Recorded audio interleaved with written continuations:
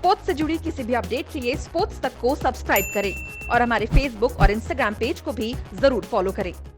Hello friends, good morning. मैं दीपक मिश्रा आपके सामने मॉर्निंग अपडेट लेकर हाजिर हूं और आज मैं स्पोर्ट्स से जुड़ी आपको खबरें बताऊंगा। तो सबसे पहले स्टार्ट करते हैं यूएन मॉर्गन से, जिन्होंने एक जगह इंटरव्यू देते हुए कहा कि वो कई ऐसे भारतीय खिलाड़ियों को जानते हैं जो दुनिया भर की तमाम T20 लीग या 100 लीग में खेलना चाहते हैं। हालांकि अब आप सोच रहे होंगे कि बाकी लीग तो ठीक है, ये 100 लीग क्या है। तो आपको बता दें कि इसका आयोजन पिछले साल इंग्लैंड में होना था, लेकिन कोविड की वजह से इसका आयोजन नहीं हो पाया।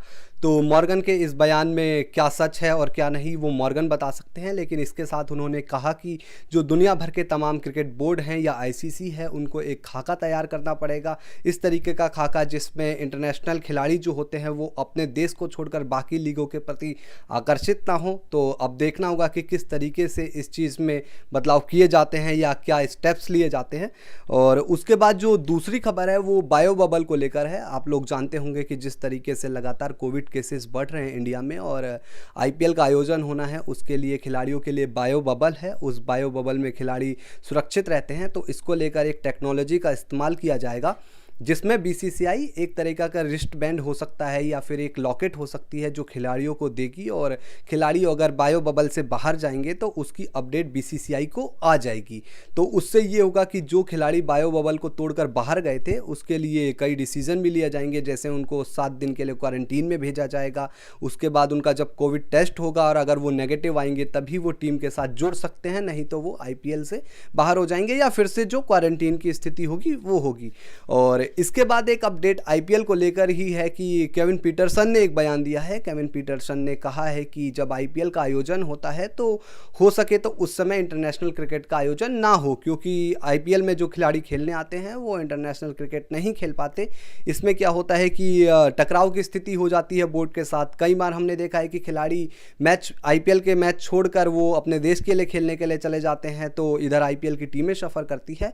और इसी आईपीएल को लेकर मार्क बाउचर ने एक बयान दिया है। आप जानते होंगे कि पाकिस्तान और साउथ अफ्रीका की सीरीज चल रही है वनडे, जहां कल पाकिस्तान ने साउथ अफ्रीका को हरा दिया। इस दो मैच के बाद, इस सीरीज के 2 मैच के बाद जो साउथ अफ्रीका के खिलाड़ी होंगे वो इंडिया आईपीएल खेलेंगे। उसमें डेविड मिलर जैसे खिलाड़ियों का नाम भी शामिल है। तो इन खिलाड़ियों के आईपीएल में खेलने को लेकर मार्क बाउचर ने कहा कि अगर ये खिलाड़ी आईपीएल में खेलते हैं तो हमें ही फ़ायदा होगा। एक तरीके से फ़ायदा ये होगा कि इस साल जो इंडिया में वर्ल्ड कप का आयोजन होना है, T20 वर्ल्ड कप का, उसमें खिलाड़ी अगर आईपीएल खेलेंगे तो उन्हें यहाँ के हालात को समझने का और यहाँ की पिचों पर खेलने का एक अनुभव प्राप्त होगा, और इसके साथ ही वो अपने देश के डोमेस्टिक प्लेयरों को आजमा भी सकते हैं।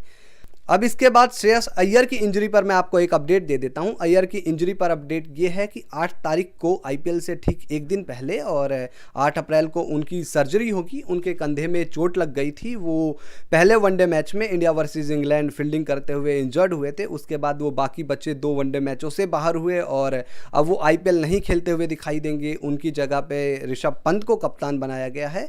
तो ऐसा भी सुनने को आ रहा है कि वो लगभग 4 महीने तक क्रिकेट से दूर रह सकते हैं। तो उम्मीद करेंगे कि जल्द ही श्रेयस अय्यर की सर्जरी हो और वो फिट होकर वापस मैदान में लौटे, क्योंकि वर्ल्ड कप में उनकी काफ़ी ज़रूरत है टीम इंडिया को। और अब अगली खबर है वो बाबर आजम को लेकर है। बाबर आजम ने दक्षिण अफ्रीका के खिलाफ वनडे मैच में खेलते हुए पाकिस्तान के लिए 13वां शतक जड़ा है अपना वनडे क्रिकेट का, और ये एक रिकॉर्ड है क्योंकि उन्होंने इसके लिए सिर्फ 76 पारियां खेली है। इससे पहले ये रिकॉर्ड हाशिम अमला के नाम था, जिन्होंने 83 पारी में ये रिकॉर्ड बनाया था, और उसके बाद विराट कोहली का नंबर आता है जिन्होंने 86 पारी में ये रिकॉर्ड बनाया है।